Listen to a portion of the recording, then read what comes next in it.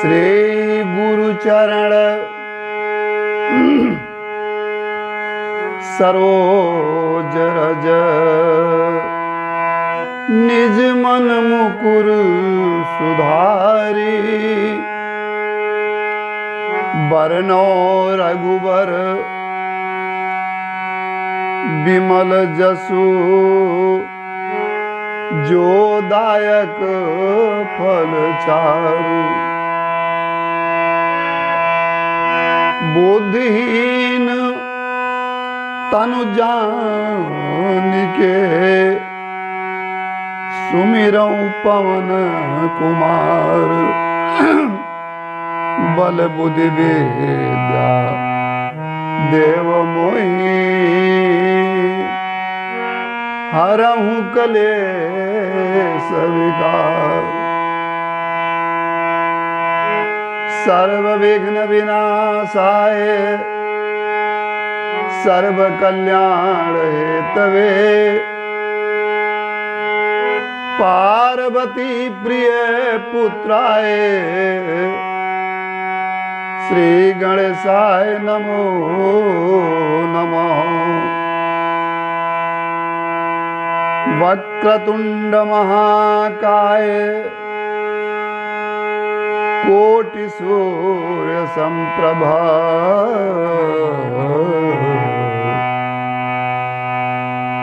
निर्विघ्नं कुरु मे देवो सर्वकार्येषु सर्वदा।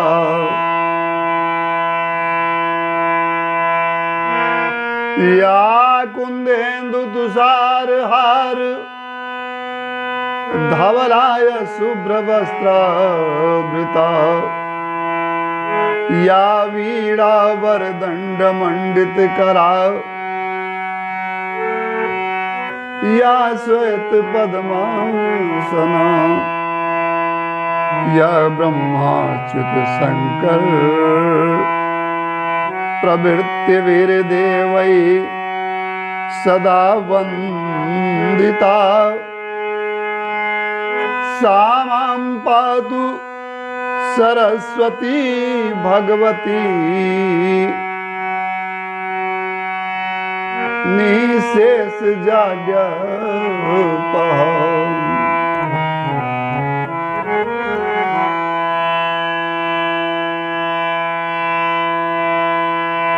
कर्पूर गौरम करुणावतारम संसार सारम भुजगेन्द्रहारम सदा वसंतम हृदयारविंदे भवं भवानी सहितं नमामि। शांताकारं भुजगशयनं पद्मनाभं सुरेशं विश्वाधारं गगनसदृशं मेघवर्णं शुभांगं लक्ष्मीकान्तं कमलनयनं योगिभिर्ध्यानगम्यं वन्दे विष्णुं भवभयहरणं सर्वलोकैकनाथं।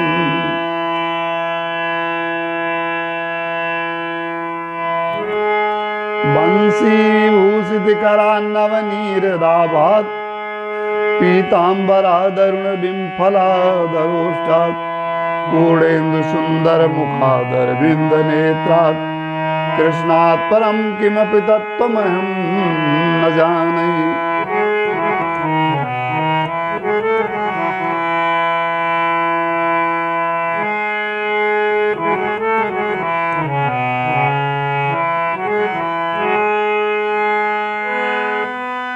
रक्ताम्भोजदलाभिरामनयनं पीताम्बरलङ्कृतं श्यामांगं दुभुजं प्रसन्नवदनं श्री सीतया शोभितं कारुण्यामृतसागरं प्रियगणैर्भ्रातादिभिर्भावितं वन्दे विष्णुशिवाद्यसेव्यमनिशं भक्तेष्टिसिद्धिप्रदम्।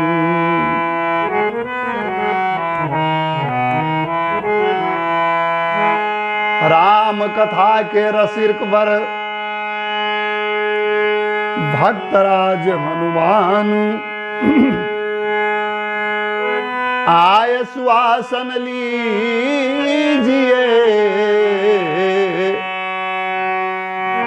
करहूं हृदय स्थान।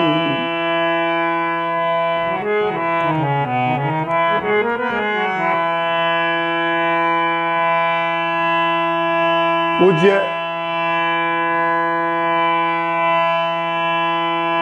माता पिता और गुरु के श्री चरण कमलों में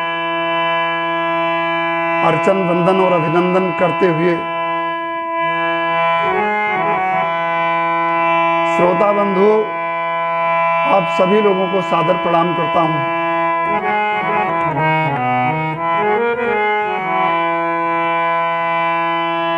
आज आपकी सेवा में महर्षि वाल्मीकि जी द्वारा रचित जो रामायण है, वाल्मीकि रामायण,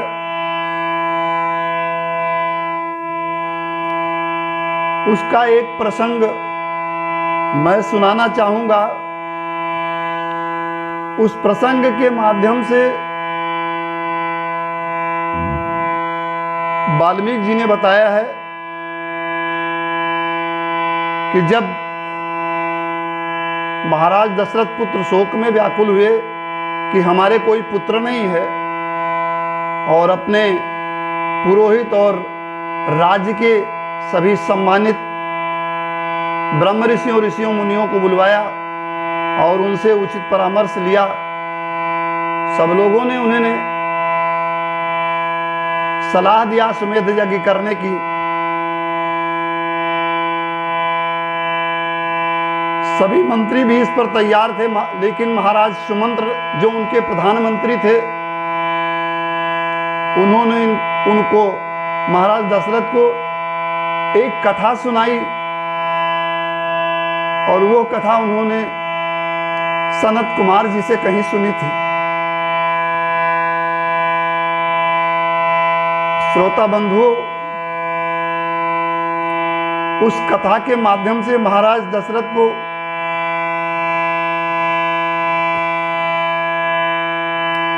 अयोध्या के महामंत्री प्रधानमंत्री महाराज सुमंत्र ने उनको यह बताया कि जब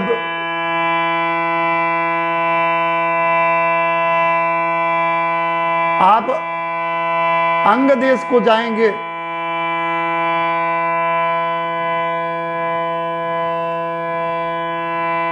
और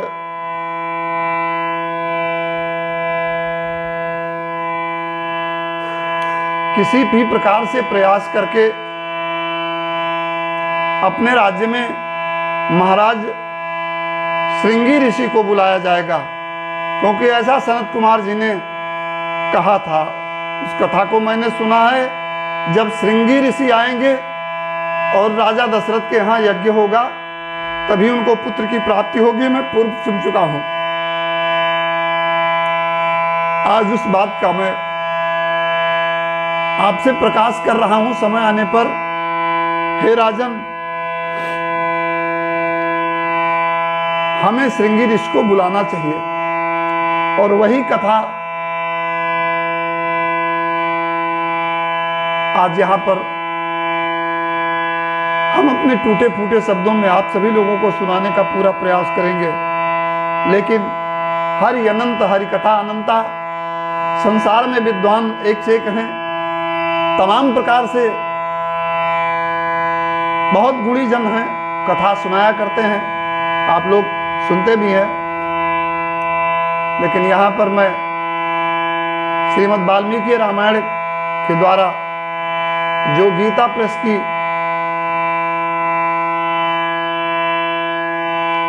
गीता प्रेस का छपा हुआ रामायण है, उससे मैं आप लोगों को संबोधन करने का प्रयास कर रहा हूं। जय जय सिया राम। आइए, जिन प्रभु श्री राम की याद में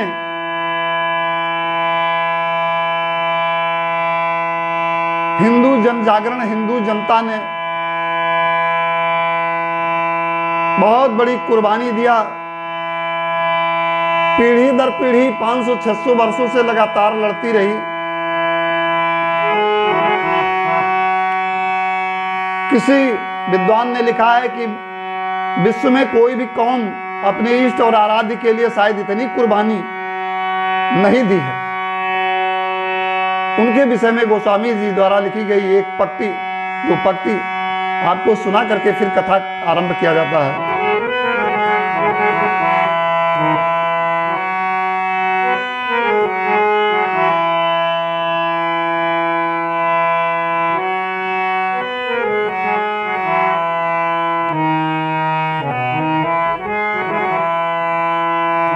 ऐसो को उदार जग माही, ऐसो को उदार जग माही, बिनु सेवा जो द्रव्य दीन पे,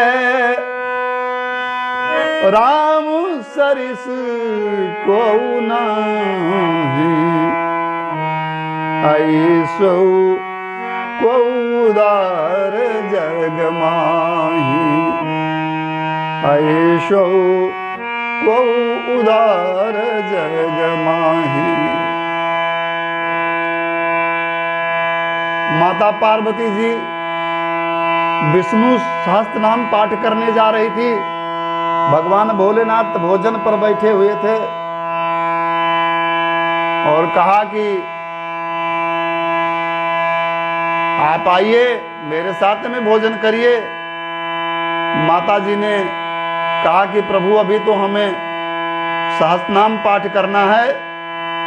तो भगवान श्री राम के नाम का महत्व बताते हुए प्रभु भोलेनाथ जी ने माता पार्वती को संबोधित किया और कहा कि एक बार अगर आप राम का नाम कह लेती हैं तो भगवान विष्णु के सहस्त्र नाम के बराबर हो जाता है। बोलिए सियावर रामचंद्र की जय।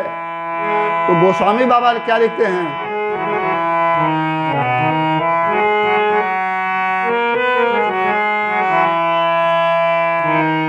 सहस्र नाम सम सुनि शिव बानी,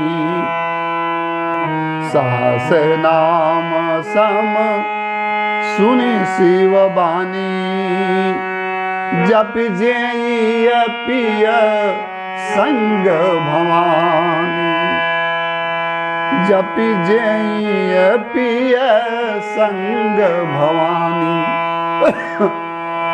अरे मन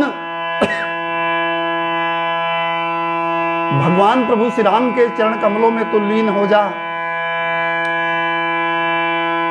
ऐसा प्रभाव प्रभु राम का है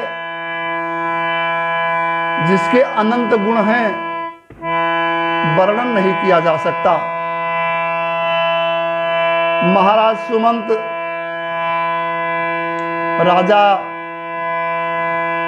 दशरथ को संबोधित करते हुए कह रहे हैं कि पुत्र के लिए अश्वमेध यज्ञ करने की बात सुनकर महाराज सुमंत ने राजा से एकांत में कहा कि महाराज, एक पुराना इतिहास मैंने सुना है,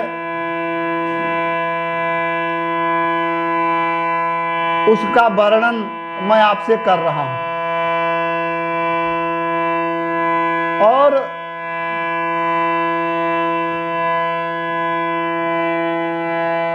महाराज सनत कुमार जी ने ऋषियों की सभा में यह कथा सुनाई थी और वह कथा आपके पुत्र प्राप्ति से संबंधित है। हे राजन,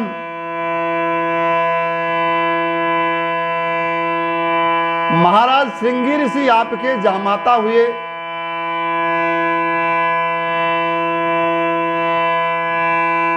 उन्होंने महाराज सनत कुमार जी ने पूरी कथा सुनाने के उपरांत कहा था कि जब श्रृंगी ऋषि आएंगे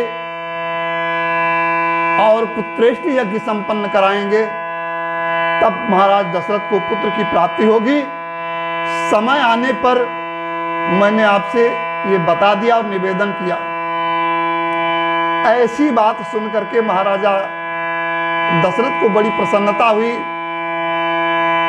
और साधु साधु कह करके उन्होंने अपने महामंत्री सुमंत्र का बड़ा सम्मान किया और कहा, आइए हम सब सुनते हैं।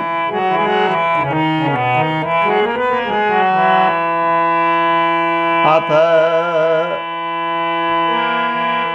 दृष्टो दशरथा सुमंत्रं प्रत्यभासत यथ श्रृंगस्त्वानीतो एनोपायेन सोच्यताम्। महाराज दशरथ ने कहा कि हे मंत्री प्रवर, मुनि कुमार श्रृंगी ऋषि को, ऋष्यशृंग को यहां जिस प्रकार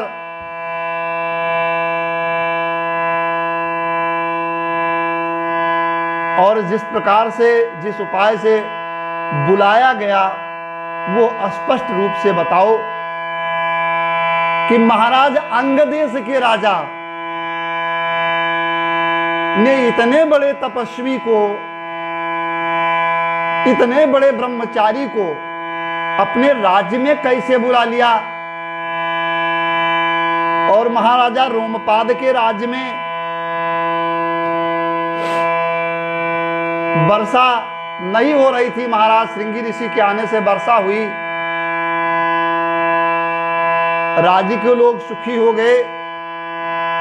उस कथा को मुझे सुनाइए कि आखिर श्रृंगी ऋषि को वहां लाया कैसे गया और वो मेरे जामाता कैसे हुए।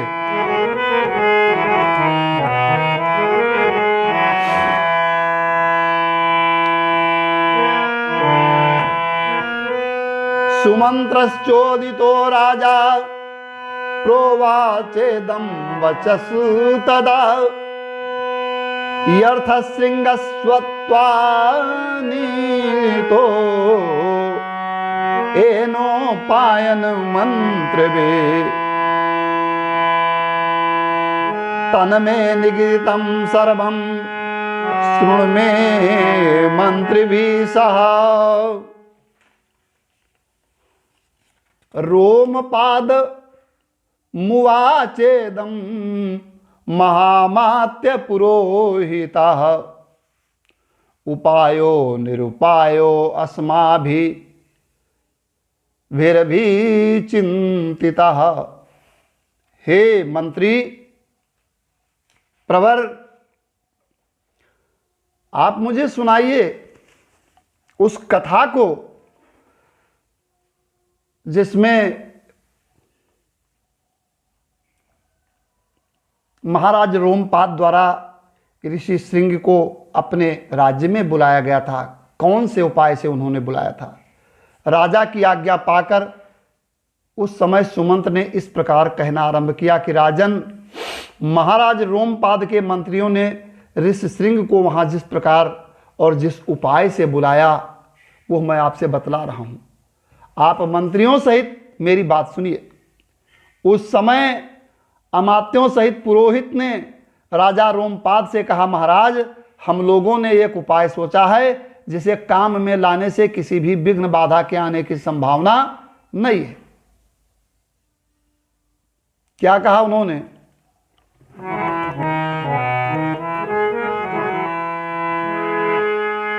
ऋष्यशृंगो वनश्चरस्तपः स्वाध्याय संयुतः अनविज्ञस्तु नारीणां विषयाणां सुखस्य च।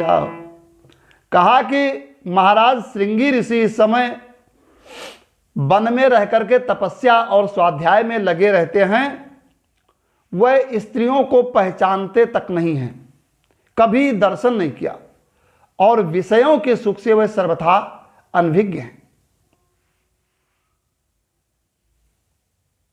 तो हम लोग सोचे हैं क्या, इंद्रियार्थेर भीमतैर्नचित्त प्रमा प्रमाथिभि पुरमानाय श्यामा क्षिप्रम चाद्यवसीयताम गणिकास्तत्र गच्छन्तु रूपवत्यास् स्वलंकृता प्रलोभय विविधोपायैरानिष्यन्ति सत्कृता श्रुत्वा तथेति राजा च प्रत्युवाच पुरोहितं पुरोहितो मन्त्रिणश्च तदा चक्रुश्च ते तथा।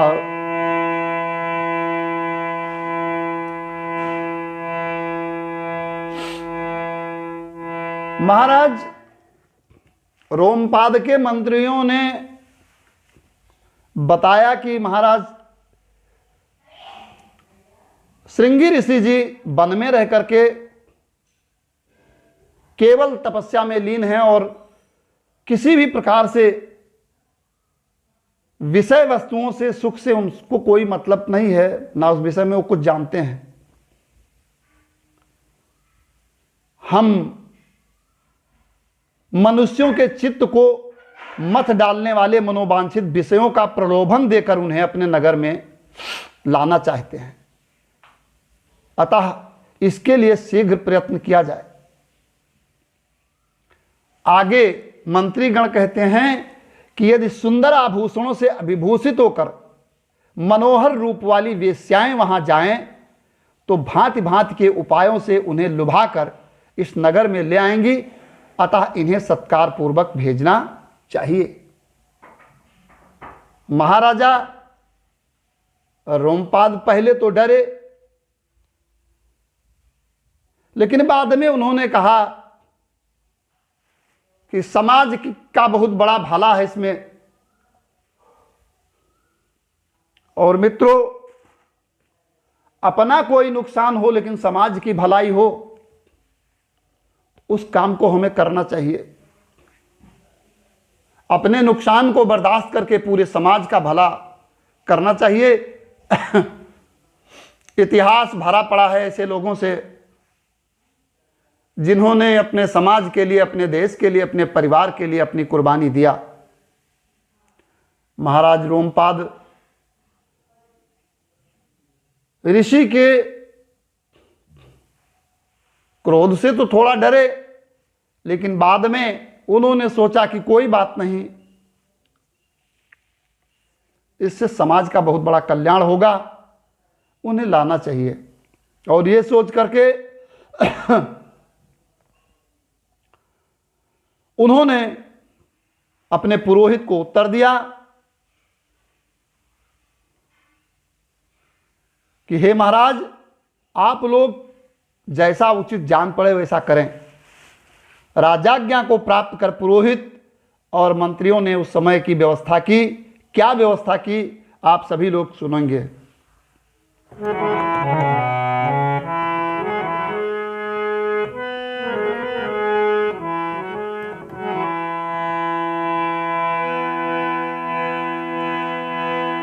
वार मुख्यास्तश्रुत्वा वनं प्रविशुर्महतु आश्रमस्याविदूरे अस्मिन् यत्नं कुर्वन्ति दर्शने।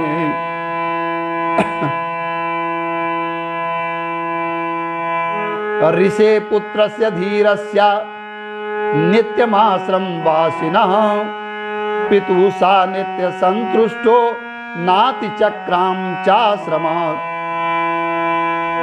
नातेन जन्म प्रभृति दृष्टपूर्वं तपस्विना स्त्री वा पुमान वा यच्चान्यत सत्वं नगर राष्ट्रजम्। तथा कदाचित्तम देशमाजगाम यदि श्रया विभाण्डक सुतस्तत्राताश्चा पश्यदि वरांगनः। श्रोता बंधु, राजा महाराज रोमपाद ने जब अपने पुरोहित को यह जवाब दिया, उनको आदेश दिया कि जैसे भी बन पड़े राज्य की रक्षा के लिए महाराज ऋषि श्रृंग को लाने का इंतजाम किया जाए,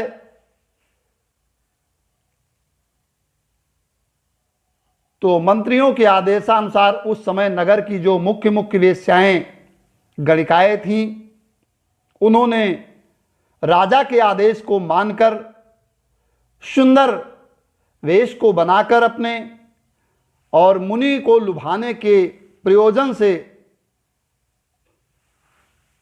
आश्रम से, जहां श्रृंगी ऋषि का आश्रम था, ऋषि श्रृंग का आश्रम था, वहां से थोड़ी दूर ठहर कर उनके दर्शन का उद्योग करने लगी, उपाय करने लगी कि क्या कभी ऋषि श्रृंगी इधर आते हैं, उनको कैसे बहलाया फुसलाया जा सकता है और अपने राज्य में ले जाया जा सकता है। चूंकि मुनि कुमार महाराज ऋषि श्रृंग बड़े ही धीर स्वभाव के थे, सदा आश्रम में ही रहा करते थे, कहीं बाहर बाहर नहीं निकलते थे। उन्हें सर्वदा अपने पिता के पास रहने में ही अधिक सुख मिलता था। वाह! अतः वे कभी आश्रम के बाहर नहीं निकलते थे। वह तपस्वी ऋषि कुमार ने जन्म से लेकर के उस समय तक पहले ना तो उन्होंने कोई स्त्री देखा था और ना पिता के सिवाय किसी दूसरे पुरुष का दर्शन ही किया था। नगर या राष्ट्र के गांव में उत्पन्न हुए दूसरे प्राणियों को भी वे नहीं देख पाए थे, केवल उसी आश्रम में रहते थे। हुआ ये कि एक दिन महाराज विभाण्डक कुमार, विभाण्डक ऋषि के पुत्र ऋष्य श्रृंग अचानक घूमते घूमते उनके मन में कोई बात आई या फिर ईश्वर की इच्छा, और उस स्थान पर चले आए। वहां पहुंच गए जहां वह वेश्याएं ठहरी हुई थी, वह कन्याएं ठहरी हुई थी सुंदर स्वरूप पेश बनाकर। वहां उन्होंने उन सुंदरी वनिताओं को देखा। आइए देखिए क्या होता है।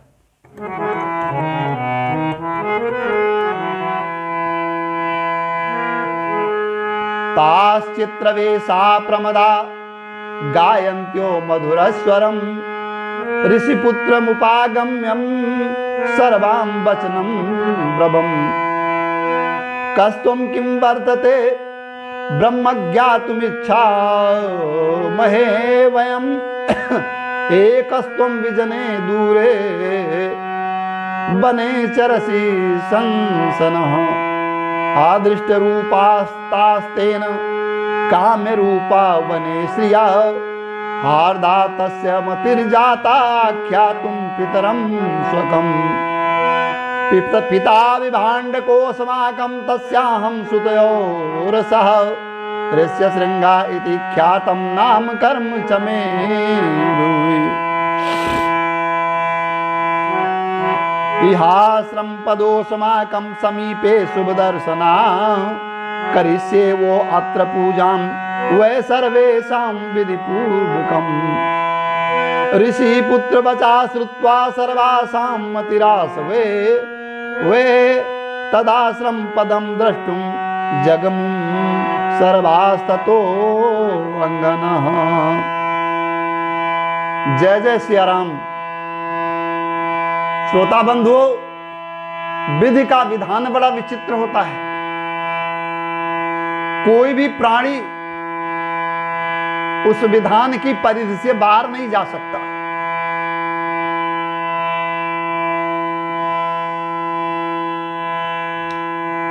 महाराज ऋषि श्रृंगी वह वेश्याएं जहां ठहरी हुई थी, कन्याएं जहां ठहरी हुई थी, वहां पर पहुंचते हैं और देखते क्या है कि उन प्रमदाओं का वेश बड़ा ही सुंदर और अद्भुत है और वह मीठे स्वर में सुंदर संगीत लहरी में गा रही थी। ऋषि कुमार को आया देख वह सभी उनको घेर करके खड़ी हो गई और उनसे पूछने लगी कि हे ब्राह्मण, आप कौन हैं, क्या करते हैं तथा इस निर्जन वन में आश्रम से इतनी दूर आकर अकेले क्यों विचर रहे हैं, ये हमें बताइए, हम लोग इस बात को जानना चाहते हैं। महाराज ऋषि श्रृंगी ने वन में कभी स्त्रियों का रूप तो देखा नहीं था, वह सभी स्त्रियां तो अत्यंत कमनीय रूप से सुशोभित थीं, अतः उन्हें देखकर उनके मन में स्नेह उत्पन्न हो गया। इसलिए उन्होंने उनसे अपने पिता का परिचय देने का विचार किया। वह बोले, मैं विभांडक ऋषि का पुत्र ऋषि श्रृंग हूं, मेरे पिता का नाम विभांडक मुनि है, मैं उनका पुत्र हूं, मेरा नाम ऋषि श्रृंग है और तपस्या आदि कर्म इस भूमंडल में प्रसिद्ध है। पास में ही मेरा आश्रम है, वहीं मैं रहता हूं। आप लोग देखने में परम सुंदर हैं, आपका दर्शन मेरे लिए शुभकारक है। आप मेरे आश्रम पर चलें, वहां मैं आप सब लोगों की विधि पूर्वक पूजा करूंगा।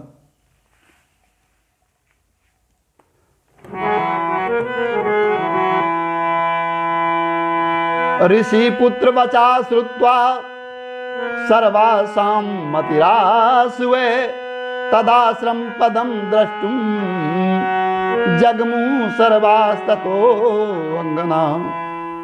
ऋषि कुमार की यह बात सुनकर सारी वेश्याएं उनसे सहमत हो गईं, सारी कन्याएं उनसे सहमत हो गईं। फिर वह सभी सुंदरी स्त्रियां उनका आश्रम देखने के लिए वहां गईं। क्या देखती हैं? गतानां तु ततः पूजा मृषपुत्रस्कारः इदम अर्घ्यम इदम पाद्यम इदम फूलम फलम चना प्रतिगृहातु ताम पूजां सर्वा एव समुत्सुकाः ऋषेर्भीताश्चा शीघ्रं तु गमनाय मतिं ददो अस्माकमपि मुख्यानि फलनियमानि हे द्विज गृहाणां विप्र भद्रं ते भक्षयस्तु च मां चिरम्। श्रोता बंधु, महाराज श्रृंगी ऋषि ने उन सभी स्त्रियों को अपने आश्रम पर बुलाया और कहा कि आप लोग आइए, वहाँ पर हमारा आश्रम है, हम आपकी कुछ सेवा करेंगे। वो सारी स्त्रियां वहाँ पर गई और महाराज ऋषि सिंह ने निर्मल मन से अर्घ्य पाद्य तथा भोजन के लिए फल मूल प्रस्तुत किया और ऐसा कहते हुए उन सब का सब प्रकार से पूजन भी किया।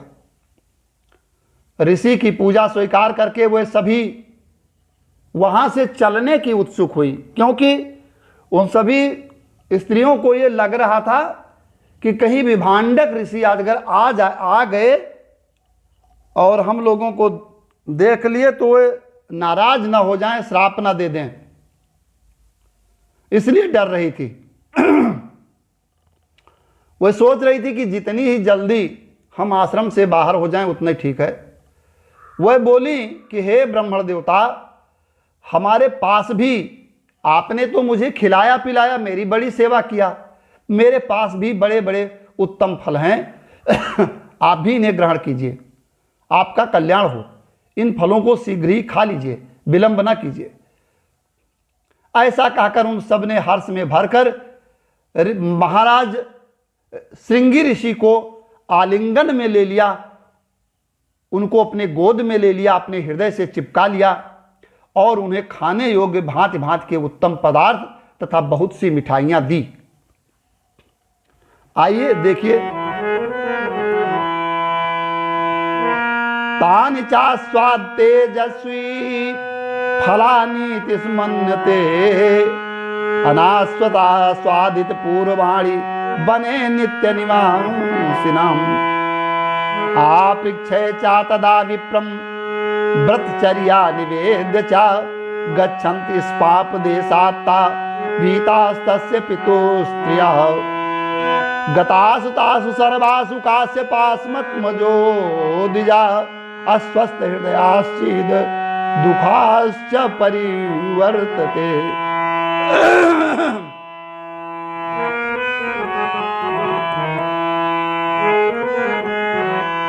ततरो अपरे दुतस्तम देशमाजगाम सवीर्यवान विभाण्डक सुता श्रीमान मनसा चिन्त्यन् मनोज्ञायत्र सा दृष्ट्वा वारमुख्या स्वलंकृता दृष्टौ चा ततो विप्रमायान्तं हृष्टमांसा उपसृत्य तथा सर्वास्तस्त मुचुरुद्यं बचा एहाश्रम पदम सौम्यम अस्माकमिति चाब्रुवन्। श्रोता बंधुओं, माया बड़ी विचित्र होती है और माया ने जब महाराज श्रृंगी ऋषि को स्पर्श कर लिया तो माया के स्पर्श करने से विकार उत्पन्न होता है। कहीं ना कहीं प्राणी माया के जाल में फंस ही जाता है। कबीर साहब ने तो लिखा है,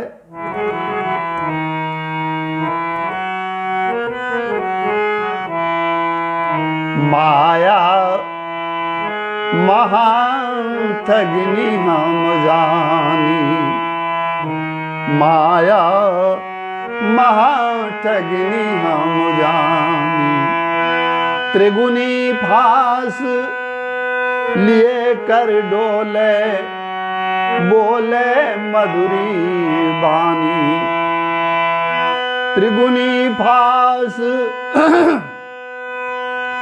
लिए कर डोले बोले मधुरी बानी, माया महाठगिनी हम जानी। उदाहरण क्या दिया?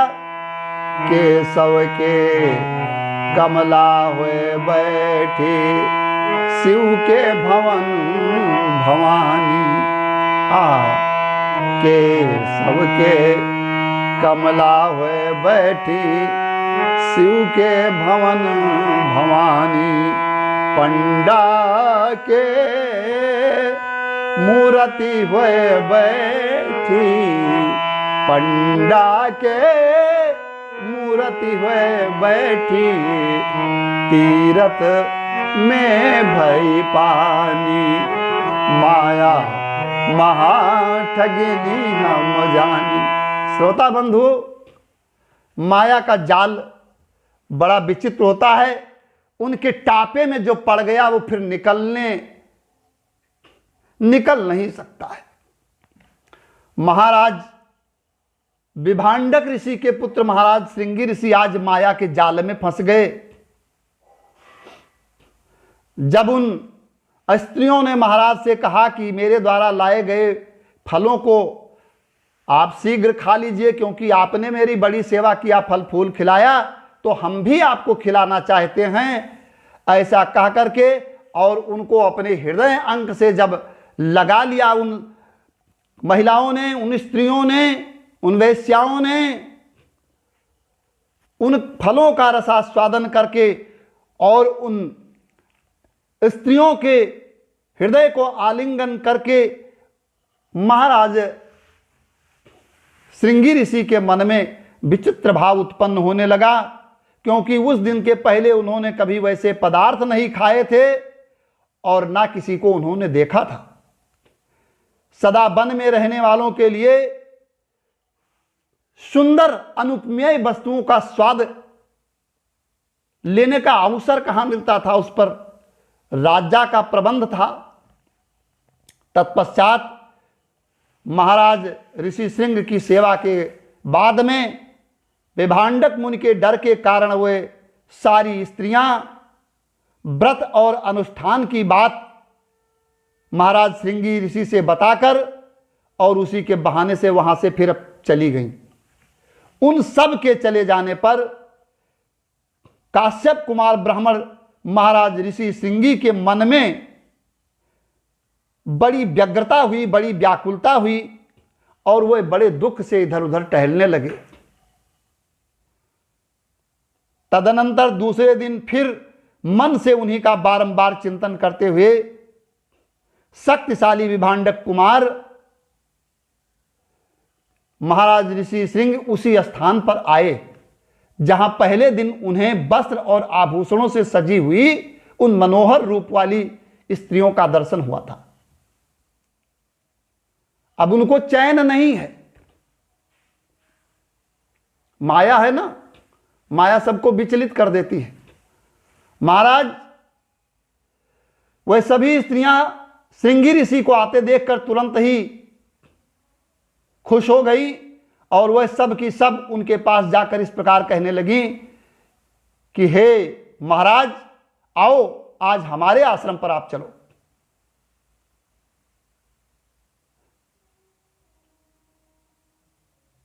क्या कहा? महर्षि वाल्मीकि जी लिखते हैं, चित्राण्यत्र बहूनि शिवमूलानि च फलानि च तत्रापेश विशेषेण विधिं भविता ध्रुवम् श्रुत्वा तु वचनं तासां सर्वासां हृदयमङ्गमम् गमनात् मतिं चक्रे तं च नित्युस्तथा श्रिया तत्र चानीयमाने तु विप्रे तस्मिन् महात्मनि बवर्ष सा देवो जगत प्रहृदायं सदा वर्षेणैवागतं विप्रं तापसं स नराधिपा प्रत्युद्गम्य मुनिं प्रया शिरसां च महीगतः अर्घ्यं चाप्रददौ तस्मै न्यायता सुसमाहिता बभ्रे प्रसादं विप्रेन्द्रान्मा विप्रं मन्युराविशेष अन्तापुरं प्रवेश्यास्मै कन्यां दत्त्वा यथा विधि शान्तं शान्तेन मनसा राजा हर्षं वापुसा।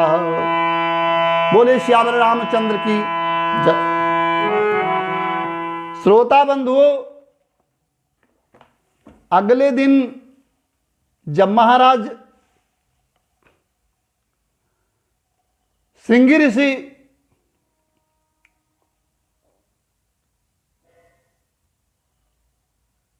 उन कन्याओं, उन स्त्रियों के आश्रम में पहुंचते हैं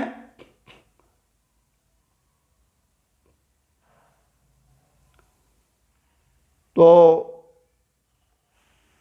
वह स्त्रियां कहती हैं कि महाराज, हम तो कल आपके आश्रम पर गए थे, आज मेरे आश्रम पर भी चलो। यद्यपि यहाँ नाना प्रकार के फल फूल बहुत मिलते हैं, तथापि हमारे आश्रम में बहुत सुंदर सुंदर फल और बहुत स्वादिष्ट फल फूल आपको मिल सकते हैं। उन सबके मनोहर वचन सुनकर महाराज श्रृंगी ऋषि उन सब की बातों में, मीठी मीठी चिकनी चुपड़ी बातों में आ गए और उनके साथ चलने को तैयार हो गए। बोले महाराज श्रृंगी ऋषि की जय। और वह स्त्रियां उन्हें तुरंत लेकर और जलमार्ग से नौका पर बैठाकर अंग देश में ले आई। महाराज जैसे ही महाराज श्रृंगी ऋषि का आगमन अंग देश की सीमा में हुआ, चारों तरफ काले काले बादल उमड़ घुमड़ करके घिर आए और मूसलाधार बारिश होने लगी। इतनी बारिश अंग देश में पहले कभी हुई नहीं थी। राज्य के लोग सुखी हो गए, जल से मरने वाले सभी प्राणी सुखी हो गए, चारों तरफ प्रसन्नता का माहौल व्याप्त हो गया और महाराजा रोमपाद को खुद पता चल गया कि हमारे राज्य में महाराज श्रृंगी ऋषि का आगमन हो चुका है। यह जान करके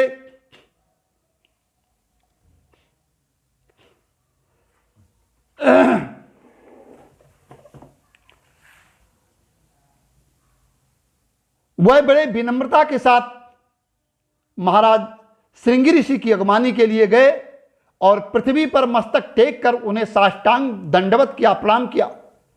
फिर एकाग्रचित्त होकर उन्होंने ऋषि को अर्घ्य निवेदन किया तथा उन विप्र शिरोमणि से वरदान मांगा, भगवान आप और आपके पिताजी का कृपा प्रसाद मुझे प्राप्त हो। ऐसा उन्होंने इसलिए किया कि कहीं कपट पूर्वक यहां तक लाए जाने का रहस्य जान लेने के बाद विप्रवर ऋषि श्रृंग अथवा महाराज विभांडक मुनि के मन में मेरे प्रति क्रोध न उत्पन्न हो जाए और वह मुझे श्राप दे दें। इस बात को लेकर के राजा डरे हुए थे, तो सबसे पहले मुनि कुमार महाराज ऋषि सिंह को प्रसन्न करके उनके चरणों में गिर करके अर्घ दीप धूप पाद अर्घ पूजा करके धूप दीप करके नैवेद्य समर्पित करने के बाद में उनको प्रणाम किया। महाराज श्रृंगी ऋषि खुश हुए और उन्होंने जब आशीर्वाद दिया और कहा वरदान मांगो, तो उन्होंने कहा कि हे विप्र शिरोमणि, आप और आपके पिताजी का कृपा प्रसाद मुझे प्राप्त हो और मेरे प्रति कभी क्रोध ना आपके और आपके पिताजी के मन में उत्पन्न हो। अंतापुरम प्रवेश्यास्मै कन्या दत्वम यथा विधि शांताम शांतेन मनसा राजा हर्षम वापुआसा। तत्पश्चात महाराज श्रृंगी ऋषि को अंतापुर में ले जाकर के महाराज रोमपाद ने शांत चित्त से अपनी कन्या शांता का उनके साथ विधि पूर्वक विवाह संस्कार कर दिया। ऐसा करके राजा को बड़ी प्रसन्नता हुई। एवं सा न्यवसत तत्र सर्व कामयी सुपूजिता ऋषि श्रृंगो महातेजा शांत्या सा भार्या। इस प्रकार महातेजस्वी महाराज श्रृंगी ऋषि महाराज रोमपाद से पूजित होकर संपूर्ण मनोवांछित भोग प्राप्त कर अपनी धर्म पत्नी शांता के साथ वहां रहने लगे और महाराज अब वे अंग देश में ही रह रहे हैं। ऐसा महाराज सुमंत्र ने महाराज दशरथ के पूछने पर सारी कथा सुनाई कि किस प्रकार से श्रृंगी ऋषि अंग देश में आए और वहां निवास करने लगे। श्रोता बंधुओं, हरि अनंत हरि कथा अनंता। भगवान की कथा बड़ी विचित्र है और अनंत है, उसका कोई पार नहीं पा सकता। विद्वानों के मुख से आप लोग कथाओं को सुनते हैं और परम विद्वान लोग अपनी अपनी बुद्धि और विवेक के मुताबिक एक एक श्लोक का इतना अन्वय और इतनी व्याख्या कर डालते हैं, सबके बस की बात नहीं है। मैंने जो इस श्रीमद् वाल्मीकि रामायण में जो की गई टीका है, इससे जो सुना वह मैंने आपको सुनाया। आइए हम राम नाम संकीर्तन 2 लाइन करते हैं, तत्पश्चात आज की कथा को यहीं पर विराम देते हैं। जय जय सिया राम। बोलिए महाराज श्रृंगी ऋषि की जय।